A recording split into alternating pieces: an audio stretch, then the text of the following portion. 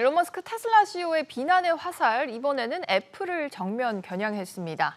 애플이 오픈 AI와 손잡고 소비자의 정보를 강 아래로 팔아넘기고 있다. 비유적인 표현이지만 이렇게 맹비난을 했는데요. 머스크가 왜 이렇게 흥분을 한 건지, 또 머스크가 이번 주 중요한 투표 일정이 하나 있다고 하는데 이 일정까지 김대호 경제학 박사와 살펴보겠습니다. 박사님 안녕하세요. 네, 반갑습니다.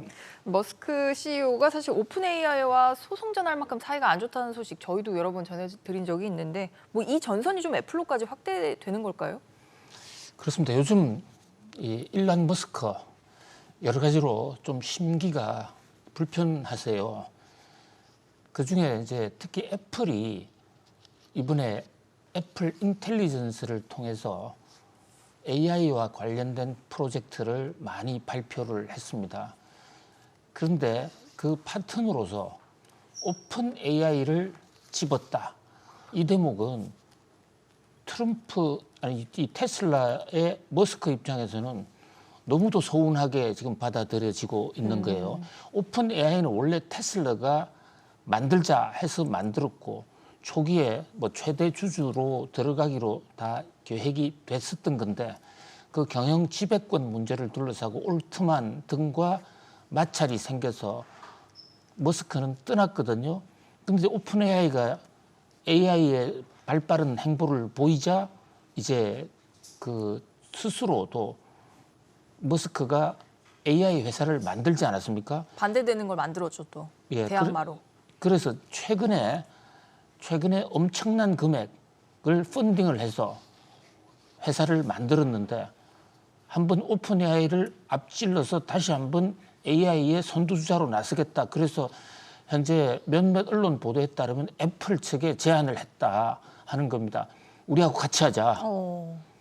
그런데 애플이 참지를 못하고 오픈 AI하고 해버리니까 머스크 입장에서는 머스크 AI가 완전히 찬물을 맞았다. 그래서 아주 저주를 하고 있는 것으로 보여요. 특히 이제 저주의 내용으로 앞으로 테슬라 어느 공장에도 그 오픈 AI를 장착한 아이폰 가지고 들어오면 출입 안 시킬 거야. 이렇게까지 각을 세우네요. 예. 그러면 사실 이 테슬라가 갖고 있는 여러 가지 여러 인프라를 감안할 때 애플로서도 상당히 곤혹스러운데 뭐 그러나 이것은 대세를 반등시키지는 못할 것 같고요. 머스크가 이번에 애플 인텔리전스 나오는 것을 계기로 야 우리도 AI 있어 조금만 기다려봐 그런 신호를 시장에 주면서 존재감을 확립하려고 했던 거 아니냐 이렇게 해석이 되고 있습니다. 뭐 물론 소송하고 있으니까 오픈 AI를 싫어하는 게 상식적일 수 있겠습니다만 그래도 명분이 있을 거 아니에요. 오픈 AI와 애플이 왜 손을 잡았는지 견제하는. 그러니까요. 그러니까 지금 이제 머스크 입장에서는 애플에 들어가는 정도의 AI라면 내가 충분히 공급해 줄 수도 있는데 오픈 AI를 애플이 정식으로 채택을 해버리면 생성형 AI에 관해서 오픈 AI가 시장의 어떤 기본 플랫폼으로 작동이 되면 이 테슬라가 서로 AI 쪽에서 어떤 혁신을 한다 하더라도 뒤늦게 후발주자가 돼서 시장에 나가지 있는데 상당히 어렵다. 뭐 그런 면에서 애플 견제용 겸해서 또 우리도 지금 만들고 있으니까 애플이 아닌 다른 회사를 향해서도 머스크의 AI 지금 빠른 속도로 진도가 나가고 있으니까 이거 잘 활용할 봐달라라는 그런 구애 차원으로 보여집니다. 근데 보안 면에서도 오픈 AI가 소비자 정보를 팔아넘길 거다 이런 지적도 했던데 이건 어떻게 봐야 될까요? 예, 그러니까 그게 지금 머스크 입장에서는 애플을 공격할 수 있는 가장 큰 지금 대목이 컴퓨터 인공지능 관련해서 지금 테슬라조차도 정보가 빨려 나간다라는 그런 비판을 듣고 있는 상황인데 인공지능을 썼을 때에 야기될 수 있는 가장 큰 문제가 사실 개인정보를 추출해가고 그거로 또 학습을 시키고 이런 건데 그동안에 오픈 AI 같은 경우에는 애플의 아이폰과 연결하기 전에는 오픈 AI에 들어오는 사람 정보는 대단히 제한적이에요. 그런데 애플의 아이폰을 사용하는 사람들은 애플 아이폰 24시간 계속 주고받는 얘기, 그 정보가 애플을 통해서 오픈 AI로 다 빠져나갈 수가 있는 것이죠. 그렇게 되면 애플 때문에 머스크의 AI 계획이 차질을 빚을 수가 있고요. 특히 애플은 그 전에도 애플을 통해서 많은 플랫폼들이 광고 서비스를 하면서도 그 어플리케이션을 통해서 정보를 빼나가면서 광고를 했는데 거기에 대해서 그 규제 당국이 애플의 그 정보를 주지 말라고 한번 규제를 했고 지금도 그게 규제가 진행 중이거든요. 그런 대목은 또 머스크 입장에서는 애플을 좀 견제할 수 있는 애플의 영업 활동에 오픈 AI와의 관계 밀착을 견제할 수 있는 또 견제구 역할도 할 수 있다 이렇게 볼 수 있겠습니다. 사실 또 근데 애플하면 보안으로 유명하지 않습니까? 이번에 온디바이스 형태로 개인정보 유출을 상당히 좀 막았다라고 했는데 그래도 머스크는 좀 믿지 못하나 봐요. 그렇습니다. 머스크 입장에서는 뭐 믿지 못한다기보다도 일부러 흠집을 낸다 뭐 이렇게 볼 수가 있고요. 그다음에 온 디바이스를 지금 말씀하셨는데 온 디바이스는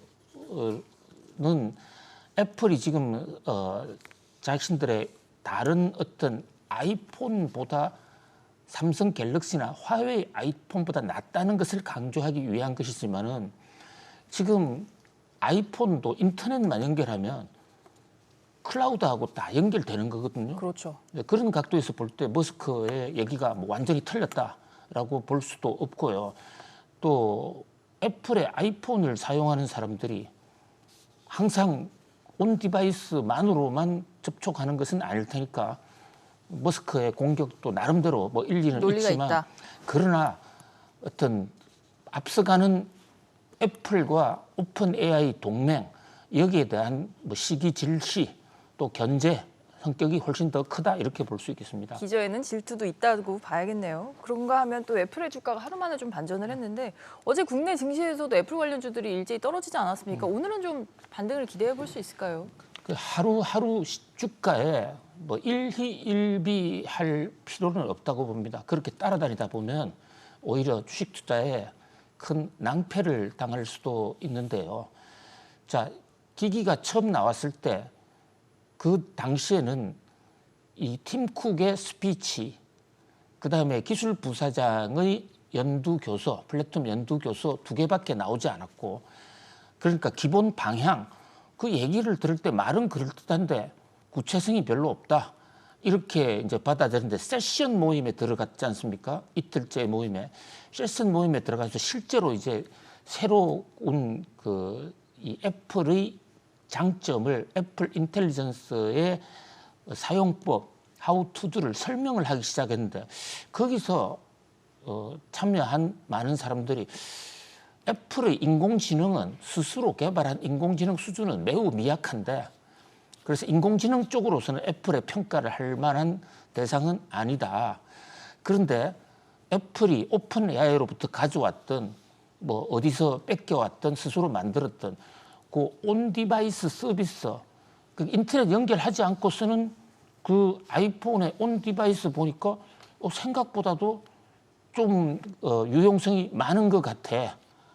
이제 그러니까 인공지능이 이제 본격적으로 이 아이폰에도 들어가는 거 아니야?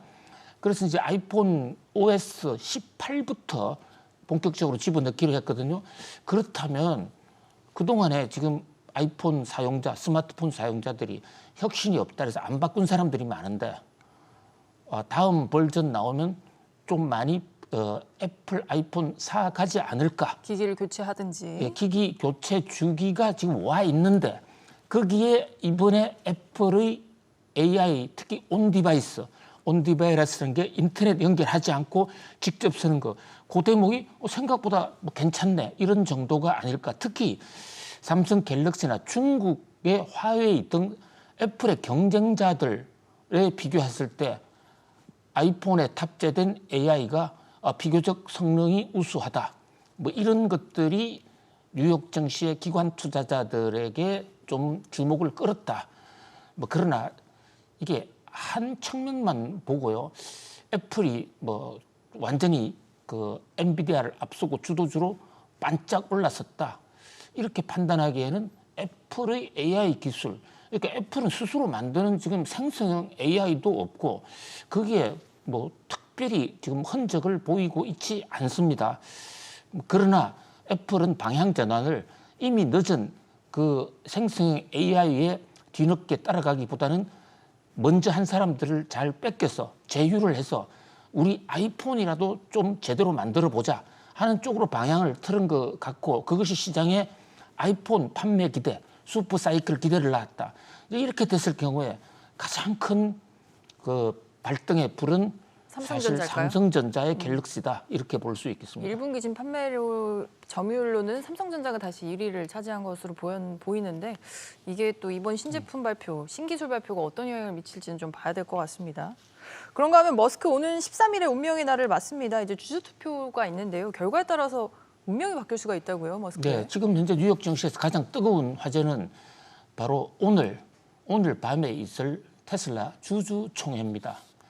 자, 이 주총에서 어떤 결론이냐 여러 가지 현안이 있는데 머스크에게 77조의 어떤 이 보상금을 주자, 보너스를 주자 하는 안이 지금 그 주총의 의안으로 올라와 있습니다. 77조 엄청난 돈인데요. 이 결정이 어떻게 나느냐에 따라서 테슬라의 지배구조와 또 테슬라 주가가 아주 크게 흔들릴 가능성이 있거든요. 77조란 규모의 돈도 워낙 엄청난 거기 때문에 이론적으로만 놓고 보면요. 머스크가 테슬라의 돈 77조를 가져가는 거잖아요. 그러면 이것은 주가 하락 요인이에요. 주가 엄청난 하락 요인이죠. 그런데 테슬라는 좀 사정이 다릅니다. 이 테슬라의 스탁 옵션 보상안이라는 것은 그냥 돈을 가져가는 것이 아니라 매출이 일정 기간 늘었을 때, 주가가 일정 기간 늘었을 때 조금씩 가져가는 이런 형태로 원래 만들어진 것이거든요.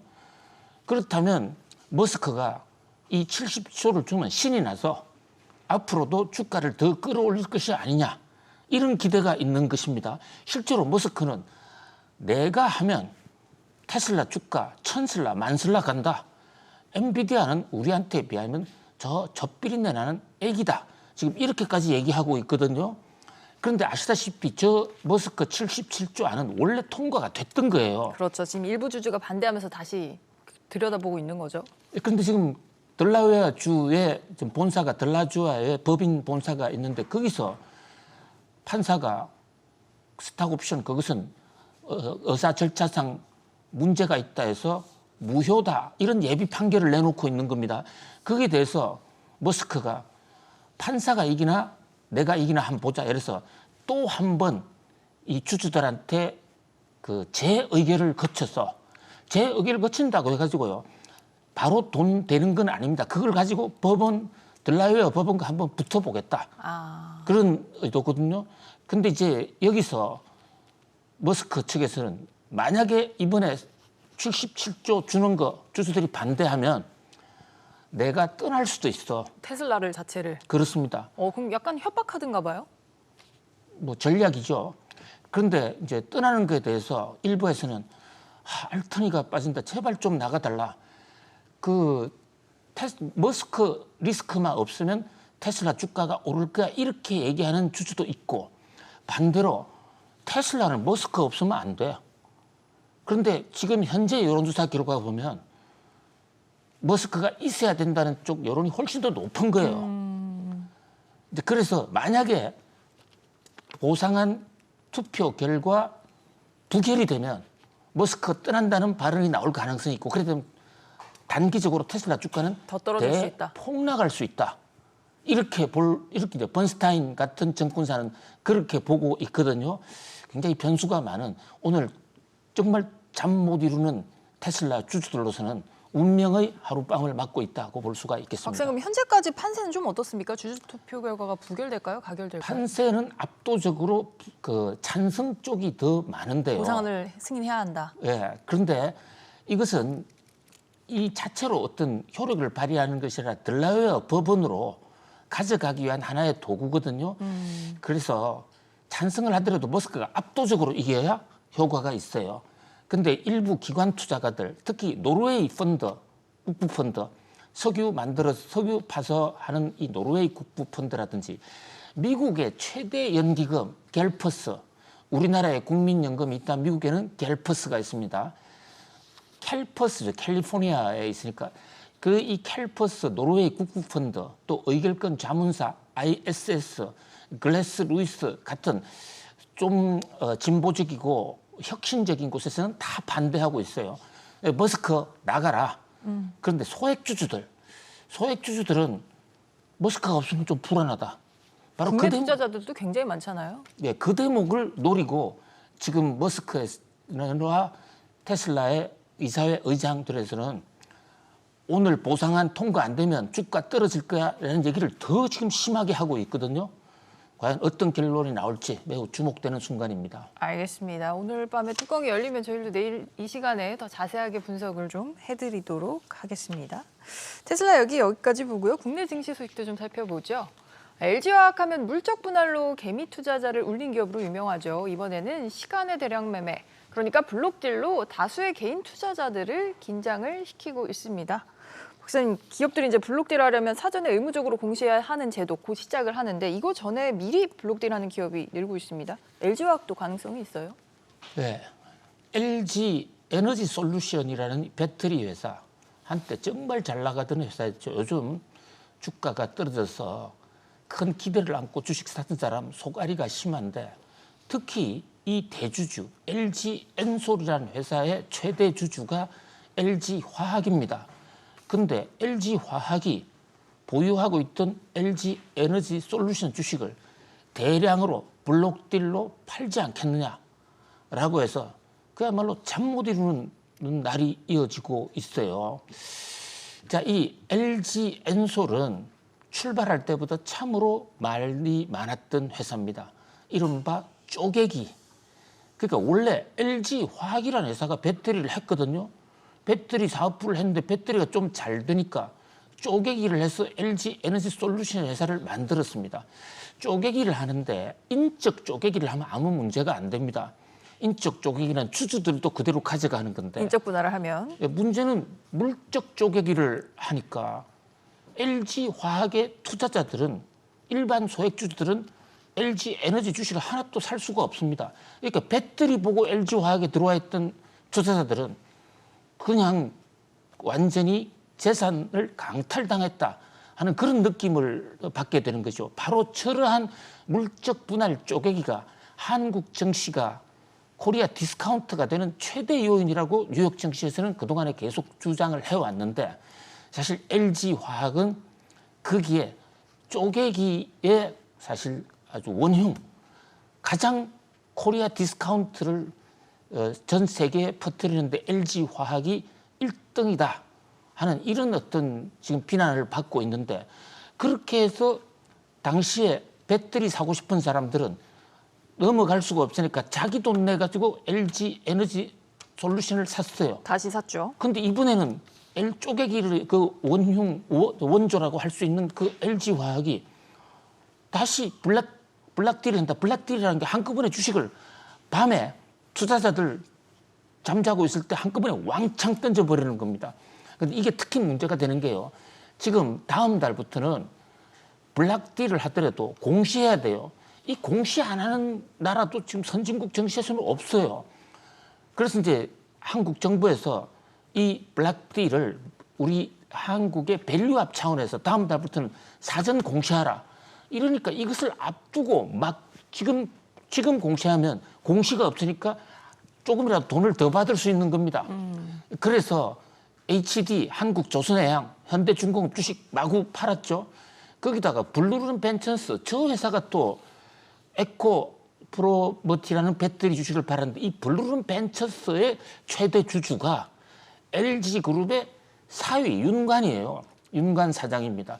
그러다 보니까 LG그룹은 쪼개기와 블랙딜의 대명사냐 이런 소리까지 나오고 있는 상황입니다. 근데 사실 LG화학이 LG엔소를 뭐 지분 매각을 안 하겠다 계속해서 얘기를 해왔고 최근까지도 이제 신학철 회장이 그런 말을 했었던 것 같은데 이거 진짜 할까요?